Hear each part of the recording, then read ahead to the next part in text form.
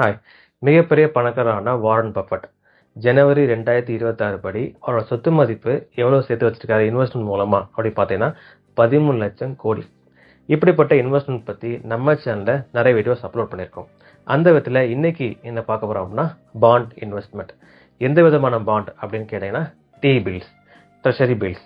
இந்த D bills அப்படின்னா என்ன, இந்த டி பில்ஸை நம்ம எங்கே வாங்கலாம், இந்த டி பில்ஸ் எதுக்கு கவர்மெண்ட் மக்களுக்கு கொடுக்குது, இதை பற்றின டீட்டெயில்ஸ் தான் இந்த வீடியோவில் பார்க்கலாம். மெயினாக இந்த வீடியோ யாருக்கு அப்லோட் பண்ணுறோம் பார்த்தீங்கன்னா நம்ம சப்ஸ்கிரைபர் ஒருத்தர் இந்த டி பில்ஸ் பற்றி டீட்டெயில்ஸ் கேட்டிருந்தாரு. அவருக்காகவும் டி பில்ஸ்னால் என்னன்னு அப்படியே தெரிஞ்சுக்க ஆசைப்படுற மக்களுக்காகவும் இந்த வீடியோ நான் அப்லோட் பண்ணுறேன். ஃபுல்லாக பாருங்கள்.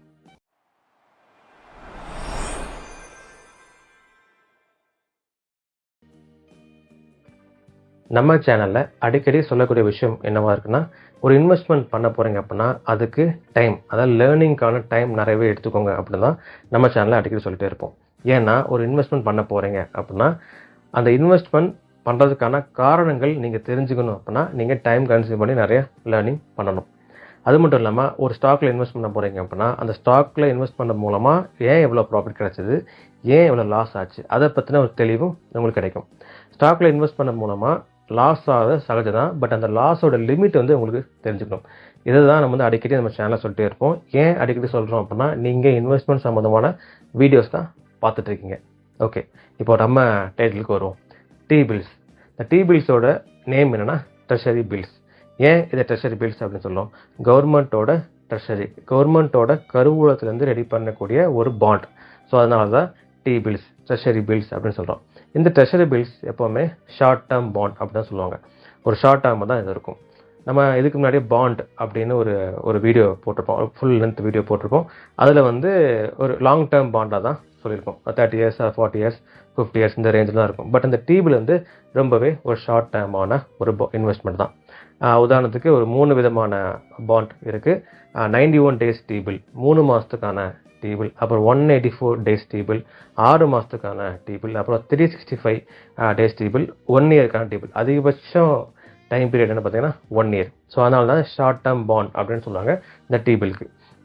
இந்த டிபிலுக்கு 0 கூப்பன் ரேட், அந்த கூப்பன் ரேட்டே கிடையாது. அது என்ன கூப்பன் ரேட் அப்படின்னா, நீங்கள் பாண்ட் அந்த வீடியோ பார்க்கலாம். அந்த வீடியோ பார்த்தீங்கன்னா இந்த கூப்பன் ரேட்னா என்ன அப்படின்னு ஒரு ஐடியா கிடைக்கும். கூப்பன் ரேட் அப்படிலாம் ஒன்றும் இல்லை, இன்ட்ரெஸ்ட், ஒரு வட்டி. நீங்கள் கொடுக்க வேண்டிய பணத்துக்கு நீங்கள் யார் கொடுக்குறீங்களோ அவங்க ஒரு மாத கணக்குலையோ இல்லை ஒரு 3 மாதத்துலையோ 6 மாதத்துலையோ இல்லை ஒரு வருஷத்து கணக்குலையோ வட்டி மாதிரி கொடுப்பாங்க. அதான் கூப்பன் ரேட் அப்படின்னு சொல்லுவாங்க. இந்த கூப்பன் ரேட் இந்த டி பில்ஸ்க்கு கிடையாது. ஸோ கூப்பன் ரேட்டே இல்லைன்னா அப்படி எப்படி லாபம் பார்க்கலாம் அப்படின்னு கேட்டிங்கன்னா, இந்த டி பில்ஸை நீங்கள் வாங்கும்போது டிஸ்கவுண்ட்டில் உங்களுக்கு கிடைக்கும். உதாரணத்துக்கு நீங்கள் இந்த டி பில்ஸை ஒரு 10,000 ரூபாய்க்கு வாங்குறீங்க. அதாவது இந்த டி பில்ஸோட விலை அதோட ஃபேஸ் வேலை இருக்குல்ல 10,000 ரூபா. பட் உங்கள் டிஸ்கவுண்ட்டாக எவ்வளோ கிடைக்கும் அப்படின்னா, உதாரணத்துக்கு சொன்னால் 9,500 ருபீஸ்க்கு நீங்கள் பர்ச்சேஸ் பண்ணிக்கலாம். அப்புறம் இது ஒரு 3 மாதத்துக்கு நீங்கள் வாங்குறீங்க. அதாவது 91 டேஸ் சொன்னீங்க பார்த்தீங்களா, ஒரு 3 மாதத்துக்கு ஒரு 10,000 ரூபா ஃபேஸ் வேல்யூ உள்ள ஒரு டி பில்ஸை டிஸ்கவுண்ட் ரேட்டில் 9,500 ரூபாய்க்கு நீங்கள் வாங்குறீங்க அப்படின்னா, பர்ச்சேஸ் பண்ணி முடிச்சுட்டு 3 மாதம் கழிச்சு அந்த 10,000 மொத்தமாக ரிட்டர்ன் வந்துடும். உங்களோட லாபம் அந்த 500 ருபீஸ். இந்த டி பில்லோட ஈல்டு, அதாவது ரிட்டர்ன்ஸ் எப்படி கால்குலேட் பண்ணுறாங்க அப்படின்னு ஒரு டீட்டெயில்ஸ் டிஸ்கிரிப்ஷனில் கொடுத்துருக்கேன். இந்த வீடியோ ஃபுல்லாக பார்த்து முடிச்ச பிறகு அங்கே போய் பாருங்கள். Okay, T bills, treasury bills அப்படின்னா ஒரு ஐடியா கிடச்சிருக்கும் நம்புகிறேன். இந்த டி பில்ஸ்க்கான பர்பஸ் என்ன, ஏன் கவர்மெண்ட் இந்த டி பில்ஸை மக்களுக்கு இஷ்யூ பண்ணுறாங்க? இது இப்படி இஷ்யூ பண்ணுறதுக்கு முக்கியமாக 2 காரணங்கள் இருக்குது. ஒன்று இன்ஃப்ளேஷனை சரி செய்கிறதுக்கு. அது எப்படி இன்ஃப்ளேஷன் சரி பண்ணுறாங்க? இன்ஃப்ளேஷனாக பணவீக்கம். உதாரணத்துக்கு எக்கனாமி ரொம்ப பூஸ்டாக போயிட்டுருக்கு, அதாவது மக்கள் ரொம்ப செலவு பண்ணிட்டு இருக்காங்க, எக்கனாமி ரொம்ப பூமாக போயிட்டுருக்கு. இந்த பணப்புழக்கத்தை கண்ட்ரோல் பண்ணும் அப்படின்னு ஆர்பிஐ முடிவு பண்ணுறாங்க. இந்த பாண்ட், அந்த டி பில்ஸ் டைரெக்டாக கவர்மெண்ட் இஷ்யூ பண்ணாது. ஆர்பிஐ கவர்மெண்ட் பேரில் ஆர்பிஐ தான் இஷ்யூ பண்ணும். ஏன் இந்த ஆர்பிஐ இஷ்யூ பண்ணுது அப்படின்னா அந்த முதல் காரணத்தை பார்க்கலாம். பணப்புழக்கம் ரொம்ப அதிகமாகிட்டே இருக்குது. ஸோ இந்த பணப்புழக்கத்தை கண்ட்ரோல் பண்ணும். மக்கள் நிறைய செலவு பண்ண ஆரம்பிச்சிட்டாங்க. அதாவது குறைஞ்ச பொருளுக்கு நிறைய பணம் கொடுத்தும் வாங்குறதுக்கு மக்கள் ரெடியாக இருக்காங்க. ஸோ அந்த அளவுக்கு மக்கள் பணப்புழக்கம் அதிகமாகிட்டு இருக்கு, இன்ஃப்ளேஷன் அதிகமாகிடுச்சு. ஸோ இந்த பணவீக்கத்தை கண்ட்ரோல் பண்ணணும்னா அவங்க என்ன பண்ணுறாங்கன்னா, அந்த டைமில் ஹை வேல்யூவான டி பில்ஸை இஷ்யூ பண்ணுவாங்க. அப்படி இஷ்யூ பண்ணும்போது மக்கள்கிட்ட தான் பணம் புழக்கம் அதிகமாக இருக்குது. ஸோ அதனால் நிறைய பேர் டி பில்ஸ், இந்த பாண்டில் இன்வெஸ்ட் பண்ணுறதுக்கு முன்னே வருவாங்க. ஸோ அப்படி இன்வெஸ்ட் பண்ணுறது மூலமாக மக்களுக்கு இடையிலான பணப்புழக்கம் கம்மியாயிரும். எல்லாமே இந்த ஆர்பிஐ, கவர்மெண்ட் ஸோ அந்த சைடு வந்துடும். ஸோ இப்படி வந்து கண்ட்ரோல் பண்ணி இன்ஃப்ளேஷன் ரேட்டை கம்மி பண்ணுவாங்க. அப்படியே உல்ட்டாவாக என்ன ஆகும் அப்படின்னா, இப்போ பணப்புழக்கத்தை இன்க்ரீஸ் பண்ணணும் அப்படின்னு அந்த பட்சத்தில் ஆர்பிஐ யோசிச்சாங்க அப்படின்னா, இந்த T-பில்ஸை இஷ்யூ பண்ணுறதை கம்மி பண்ணிடுவாங்க. கம்மி பண்ணும்போது என்ன ஆகும்னா, மக்கள் எல்லாமே பணப்புழக்கத்தை இன்க்ரீஸ் பண்ணுவாங்க. அதாவது நாட்டுக்குள்ளே வந்து பணப்புழக்கத்தை இன்க்ரீஸ் பண்ணுவாங்க. இப்படி ஒரு மெத்தடுக்காக, அதாவது இன்ஃப்ளேஷனை மெயின்டைன் பண்ணுறதுக்காக இந்த T-பில்ஸை இஷ்யூ பண்ணியிருப்பாங்க. உங்களுக்கு புரிஞ்சுக்கணும் நம்புகிறேன். புரியலனா திருப்பி ஒன்ஸ் பாருங்கள். இன்னொரு முக்கியமான ஒரு காரணம் என்னன்னா, அந்த ஷார்ட் டேர்ம் ஒரு கடனை வந்து பூர்த்தி செய்கிறதுக்காக ஆர்பிஐ வந்து இஷ்யூ பண்ணுவாங்க. ஒரு ஃபிஸ்கல் டெஃபிசிட் இருக்குல்ல, அது வருமானத்துக்கு மீறிய கடன் இருந்துச்சுன்னா அந்த கடனை வந்து சரி செய்கிறதுக்காக இந்த T-பில்ஸ் வந்து இஷ்யூ பண்ணுவாங்க. இப்படி ஒரு 3 மாதத்துக்கு ஒரு T-பில்ஸ் இஷ்யூ பண்ணுறாங்கன்னா அது மூலமாக வர பணத்தை வந்து சில ஒரு கடனுக்காக வந்து அந்த பணத்தை யூஸ் பண்ணி அதை பூர்த்தி செஞ்சுப்பாங்க. அப்படி இந்த 3 மாதம் முடியுங்கிற பேரில் அந்த பணத்தை அவங்க வந்து ரிட்டர்ன் பண்ணிவிட்டு ஒரு புது பில்லை மறுபடியும் இஷ்யூ பண்ணிப்பாங்க. அந்த புது பில் இஷ்யூ பண்ண மூலமாக திருப்பி அவங்க பணம் வரும். ஸோ இப்படி வந்து திருப்பி மாற்றி பண்ணிட்டு இருப்பாங்க. இந்த 2 காரணம் தான் ஒரு முக்கியமான காரணங்கள். ஒன்று வந்து இன்ஃப்ளேஷன் ரேட்டை மெயின்டைன் பண்ணுறதுக்காக, இன்னும் வந்து ஒரு ஷார்ட் டேர்மாக ஏதாவது கடன்கள் இருந்தால் அதை பூர்த்தி செய்யறதுக்காக இந்த T-பில்ஸ் வந்து இஷ்யூ பண்ணுறாங்க. இந்த T-பில்ஸோட அட்வான்டேஜஸ் அண்ட் டிஸ்அட்வான்டேஜஸ் பார்க்கலாம். அட்வான்டேஜ் என்னென்ன அப்படின்னா, ரிஸ்க் ஃப்ரீ. ஸோ T-பில்ஸ்னாலே கவர்மெண்ட் பில் தான். ஸோ கவர்மெண்ட் பில் அப்படின்னால உங்கள் டோட்டல் ரிஸ்க் ஃப்ரீ தான். ஏன்னா நீங்கள் ஸ்டாக்கில் இன்வெஸ்ட் பண்ண போகிறீங்க அப்படின்னா எவ்வளோ லாபம் கிடைக்கும்னு உங்களுக்கு ஃபிக்ஸ் பண்ண முடியாது, எவ்வளோ லாஸ் ஆகும் அப்படின்னு ஃபிக்ஸ் பண்ண முடியாது. ரிஸ்க் வந்து ஜாஸ்தியாக இருக்கும். பட் இந்த T-பில்ஸ் கவர்மெண்ட் பில்ஸ்னால நீங்கள் இந்த லாபம் தான் கிடைக்க போதும் அப்படின்னு ஸ்டார்டிங் பீரியட் ஃபிக்ஸ் பண்ணிப்பீங்க. அந்த லாபம் வந்து அந்த டைம் முடிக்கிற டைமில் கரெக்டாக அந்த லாபம் வந்து உங்களுக்கு கிடைச்சிடும். ஸோ அதனால் டோட்டல் ரிஸ்க் ஃப்ரீ. இது வந்து மேஜரான ஒரு அட்வான்டேஜ். அப்புறம் வந்து இந்த போர்ட்ஃபோலியோ டைவர்சிஃபிகேஷன், அதாவது நீங்கள் டைவர்சிஃபை பண்ணிக்கலாம். ஒரு 100 ரூபா அப்படி இருக்குன்னு அப்படின்னா 100 ரூபா மொத்தமாக ஸ்டாக்கில் போட்டிங்க வச்சுக்கோங்களேன். ஸோ வந்து உங்களுக்கு வந்துட்டு லாஸ் ஆகலாம், இல்லைனா ப்ராஃபிட் கிடச்சா நல்லது. அப்புறம் லாஸ் ஆச்சுன்னா மொத்தமாக போயிடும். ஸோ இது எப்படி வந்து நான் வந்து கரெக்டாக கொண்டு போகலாம் அப்படின்னா, அதுக்கு ஒரு முக்கியமான ஒரு பாயிண்ட் தான் இந்த பாண்ட் இன்வெஸ்ட்மெண்ட்.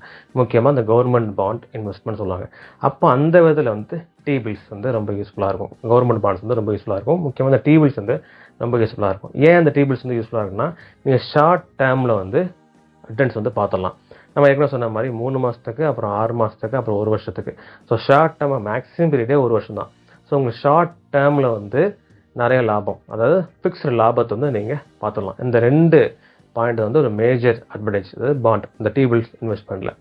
டிஸ்அட்வான்டேஜ் அப்படி என்னென்னா, உங்களுக்கு ஃபிக்ஸ்டு ரிட்டர்ன்ஸ் தான், அதுவும் கம்மியான ரிட்டர்ன்ஸ் தான். நீங்கள் ஸ்டாக்கில் எதிர்பார்த்த மாதிரி, ஸ்டாக்கில் நீங்கள் நினைக்கிறத விட அதிகமான லாபம் வாங்க பார்க்கலாம்.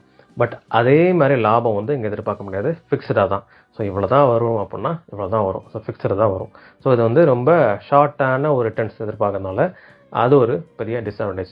இன்னொரு மேஜரான டிஸ்அட்வான்டேஜ் என்னென்னா, இன்ஃப்ளேஷன் அந்த மெயின்டைன் பண்ணுறதுக்குல அதில். உதாரணத்துக்கு நீங்கள் சொல்லணும் அப்படின்னா, ஒரு 10,000 நீங்கள் இன்வெஸ்ட் பண்ண போகிறீங்க, ஒரு 3 மாதம் கழிச்சு எடுக்கலாம். 10,000 இன்வெஸ்ட் பண்ண மூலமாக 3 மாதம் கழிச்சு ஒரு 1000 லாபம் வர மாதிரி நீங்கள் அந்த ஈல்டு வர மாதிரி நீங்கள் கால்குலேட் பண்ணிட்டீங்க. ஸோ 10,000 போகிறீங்க.